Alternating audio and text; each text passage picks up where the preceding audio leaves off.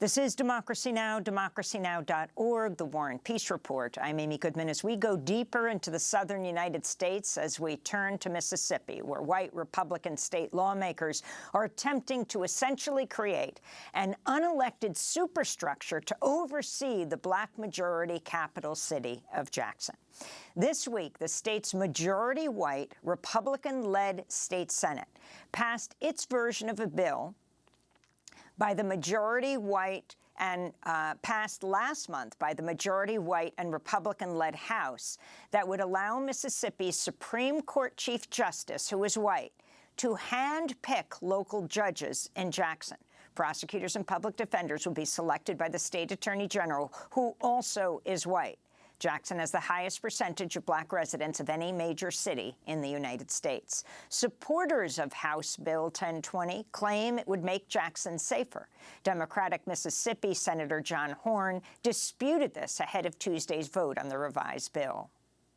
It is vastly improved from where it started, but it is still a snake, and it needs to be defeated. Senator Carter made the point that crime is on the rise in Jackson, and he's correct. But to Senator Barrett's point, there is absolutely no empirical data, no evidence that adding these temporary appointed judges will do anything to stem the rise in crime in Jackson. There's no data.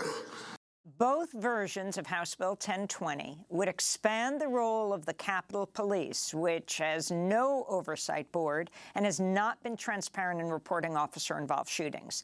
Last year, the Capitol Police shot 3 people in a 6-week period, including Jalen Lewis, an unarmed 25-year-old black man and father of 2. His mother, Arkella Lewis, testified at a public hearing this week against expanding the Jackson Capitol Police powers, as she explained what happened to her son. They then suddenly noticed that a white man was standing outside of the window with his gun drawn. He did not ask Jalen for any information. He did not tell Jalen who he was. Before they could do anything, the man shot Jalen in the head through the window. I've been doing everything I can to try to get information about what has happened. The Capitol Police and NBI have not even contacted me, providing me with no information. No body cam footage, no dash cam footage, no police report or autopsy report, not even a phone call to acknowledge his death.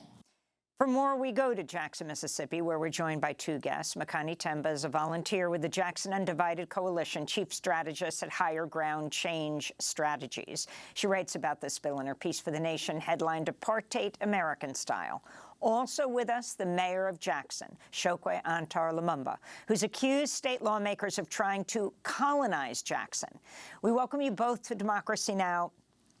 Mayor Lumumba, please start off by explaining what these bills are about. Well, Amy, simply put, these bills are an attack on black leadership, a way to seize power of a majority black city, which cannot be seized democratically through an election. And so state lawmakers are attempting to legislate their way into control of the city.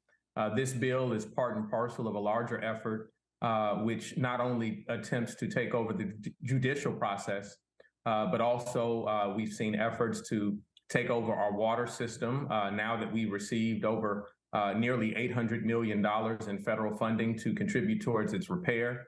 Former efforts to not only take over our school district, but also to take over our airport.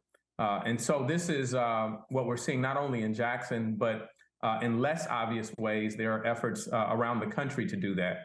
I've talked to colleagues or comrades of mine in St. Louis and Mayor Tashara Jones, and I know a similar effort is afoot in Kansas City, Missouri.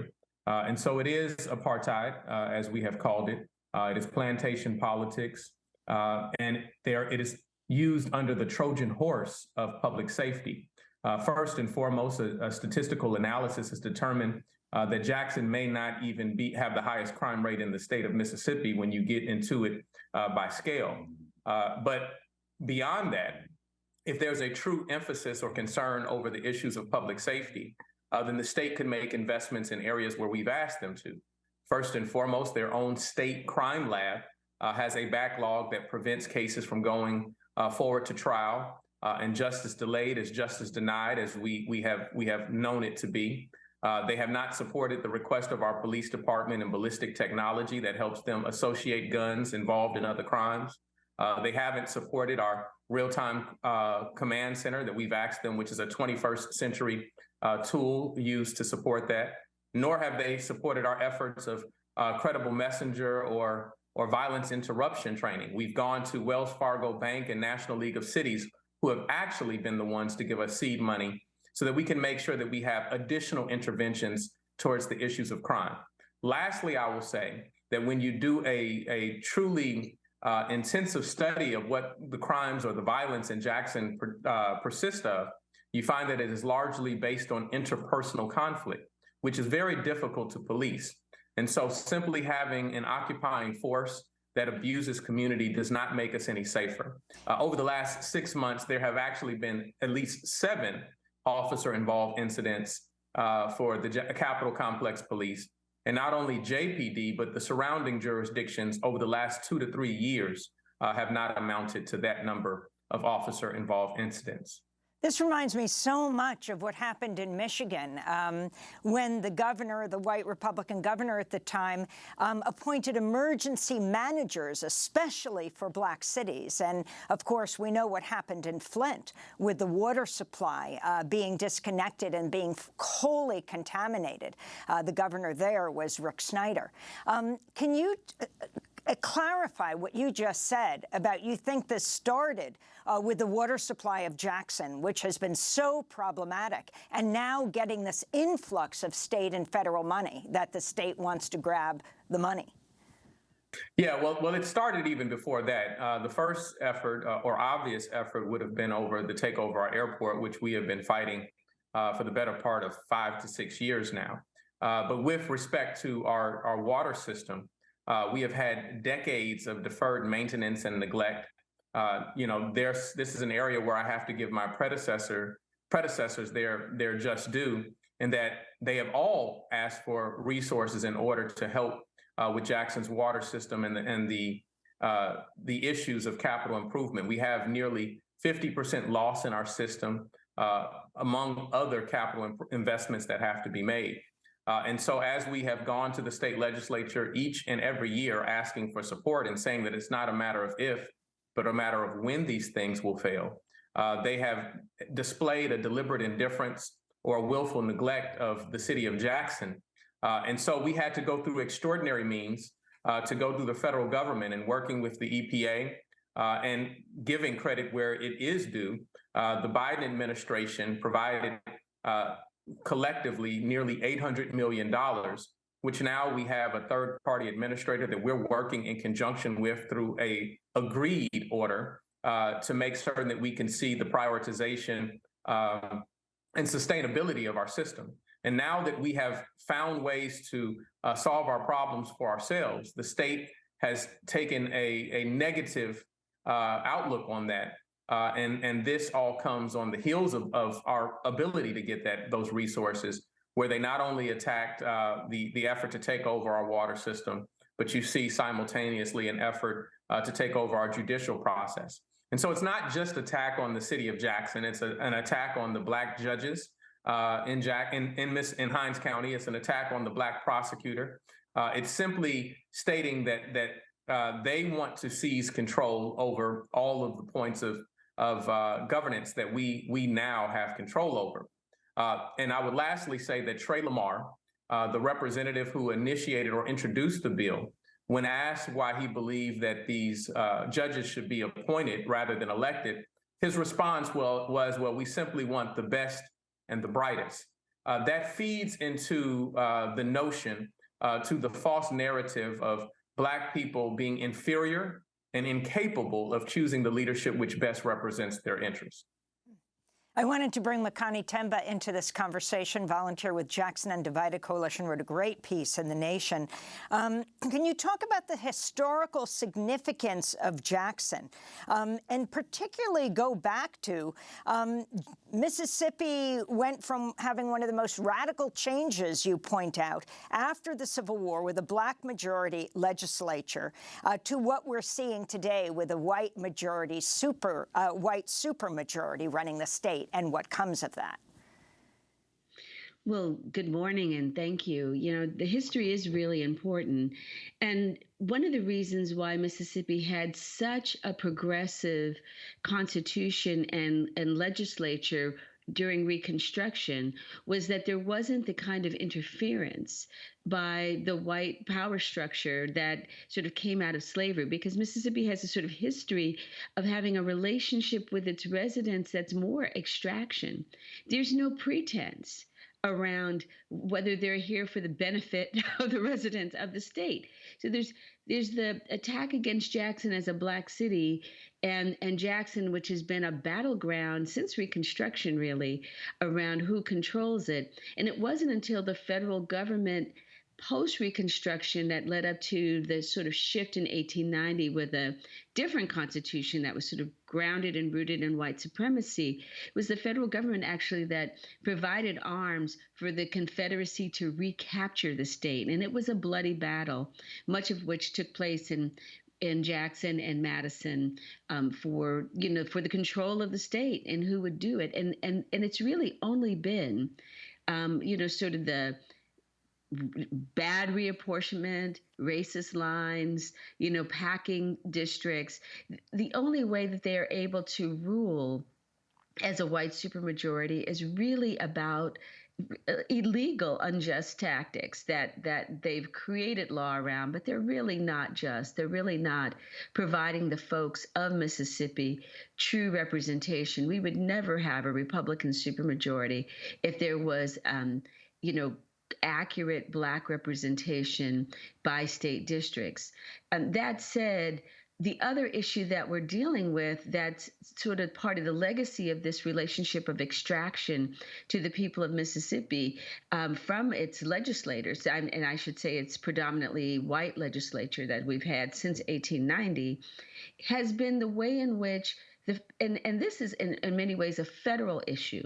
Because of states' rights, states are not really accountable to making sure that they spend the dollars they receive on need. So a place like Jackson that has a lot of need around infrastructure because of the lack of investment by the state, and really not only divestment and lack of investment and neglect, but also literally creating barriers for the expenditures of money that are directed to the city. Jackson was the only city in the state that had an extra layer of rules and approvals, the only city in the state for how it would spend its federal dollars that were allocated directly.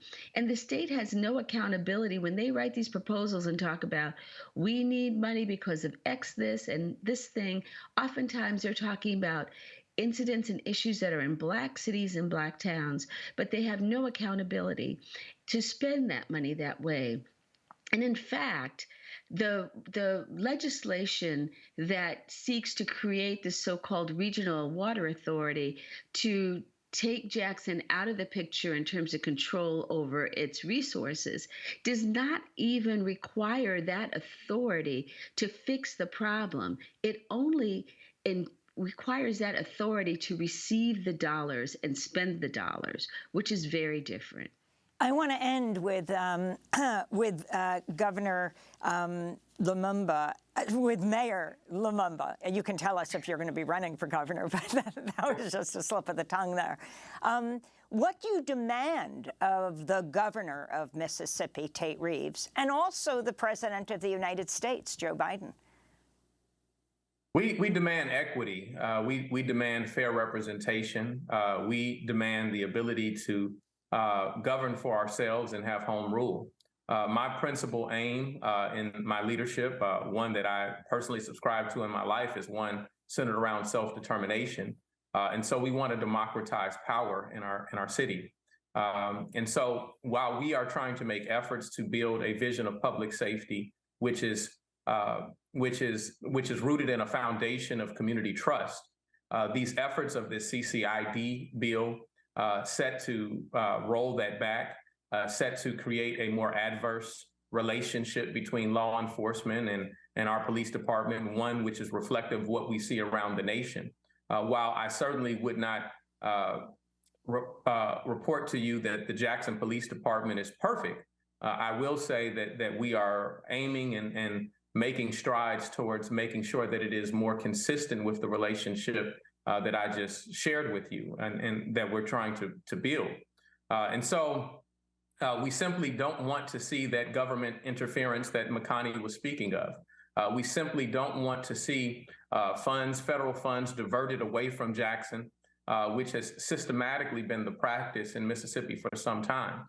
In fact, the governor even boasted when at his time as Secretary of State, how he was able, not Secretary of State, State Auditor, how he was able to divert funding from the city of Jackson and was proud of that. And so we're just aiming to get our fair share and no longer be under the thumb of the state of Mississippi.